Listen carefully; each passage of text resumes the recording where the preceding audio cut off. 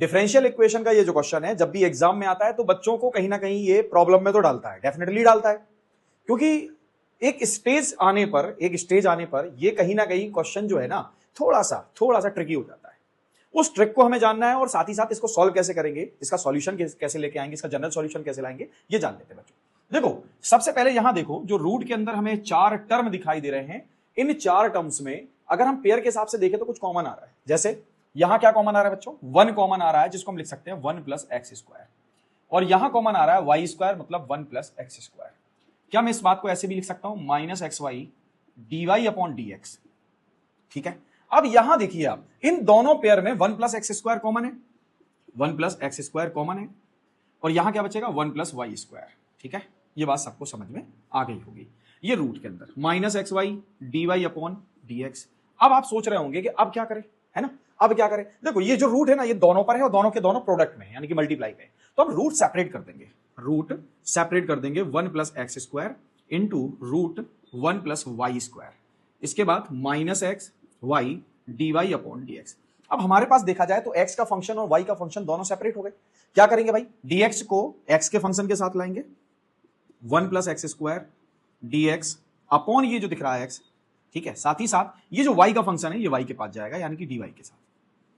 सो ये आ जाएगा आपका y/dy 1 + y² एंड माइनस। अब देखो जब ये dy/dx आएगा तो इंटीग्रेशन का साइन भी लगेगा, ठीक है, इंटीग्रेशन का साइन भी लगेगा। अब हमें जनरली क्या करना है बच्चों, इनको इंटीग्रेट करना है।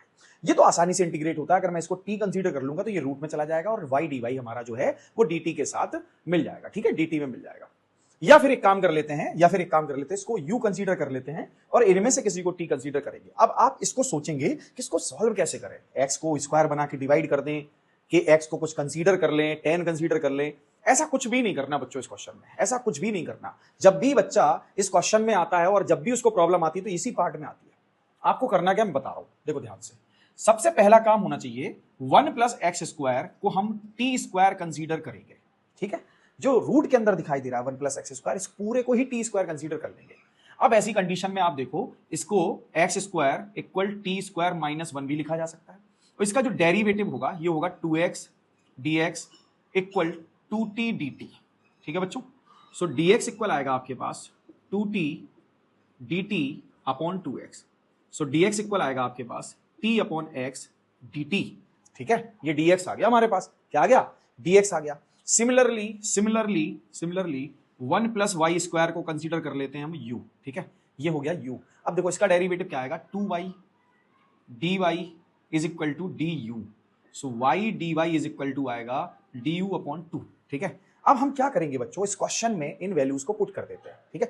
देखो यहां पर क्या होगा, जब आप इसकी वैल्यू t² लिखेंगे तो ये आएगा √t², और dt की वैल्यू क्या है, dx की वैल्यू क्या है, t/x, यानी कि ये हम t/x dt लिख देते हैं। साथ ही साथ देखो यहां पर जो x है ना ये x भी लिखा जाएगा, ये बात समझ में आ गई होगी, ठीक है। और इक्वल में क्या होगा, माइनस, देखो y dy की वैल्यू क्या है, du/2, तो इसको क्या लिखा जा सकता है, -1/2 du/2, यानी कि 2 हो गया। साथ ही साथ ये आ जाएगा रूट u।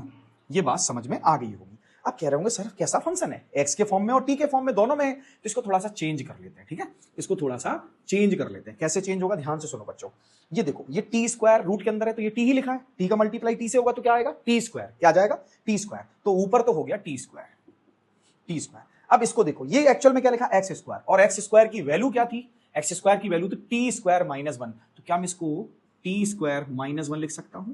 साथ ही साथ dt is equal to -1/2 1/√x का इंटीग्रेशन क्या होता है सॉरी 1/√x का इंटीग्रेशन क्या होता है, 2√x, क्या होता है 2√x। तो भाई 1/√u का क्या होगा, 2√u प्लस c। ये बात समझ में आ गई होगी, ठीक है, ये बात समझ में आ गई होगी। तो ये कैंसिल हो जाएगा हमारा, ये कैंसिल हो जाएगा। अब देखो बच्चों हम क्या करेंगे, जब हमारे पास न्यूमरेटर और डेनोमिनेटर दोनों फंक्शन की डिग्री सेम होती है तो हम क्या करते हैं, या तो डिवाइड कर लेते हैं, सेम बना लेते हैं, यानी कि t² - 1 + 1 अपॉन t² - 1, ठीक है, इज इक्वल टू माइनस, ये क्या लिखा है बच्चों, ये लिखा है √1 + y² + c, ठीक है। यू की वैल्यू रख दी मैंने और कुछ नहीं किया। अब इसको ऑब्जर्व करें, आप इसको ऑब्जर्व करें, जब टी स्क्वायर माइनस वन को टी स्क्वायर माइनस वन से डिवाइड करेंगे तो क्या आएगा 1, क्या आएगा 1, और ये 1 अपॉन ये आएगा 1 upon T square minus 1 dt is equal to, या यहां पर प्लस में भी लिखा जा सकता है root 1 plus Y square equal C. यहां तक बात समझ में आ गई होगी, थोड़ा सा क्वेश्चन और रह गया, आराम से पेशेंस के साथ समझो, आ ही जाएगा। ठीक है, इसका स्क्रीनशॉट ले लीजिए ताकि मैं थोड़ा स्पेस क्रिएट करूं और इसको सॉल्व करूं।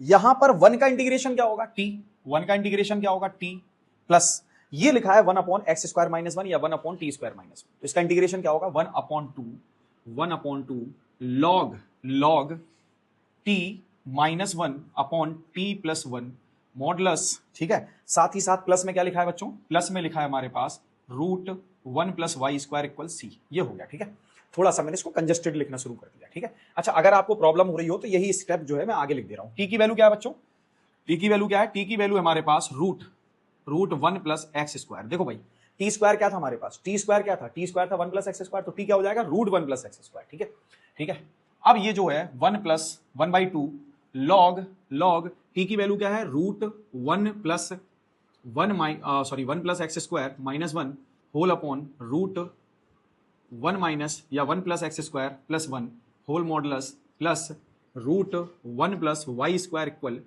सी। ठीक है, अब आंसर सीट से इसका आंसर मिलाना है तो कोई बड़ी बात नहीं है, इसको आगे ले आओ, root 1 plus Y square plus root 1 plus x square plus 1/2 log root 1 plus x square minus 1 upon 1 plus root x square plus 1 whole modulus is equal to c. This is final answer. So बच्चों अगर समझ में आ गया हो, आपको भी समझ में आ गया हो, तो वीडियो को लाइक करें, चैनल को सब्सक्राइब करें, साथ ही साथ बेल आइकन को जरूर दबा लें ताकि ऐसे ही क्वेश्चन आपको डेली मिलते रहे। Thank you.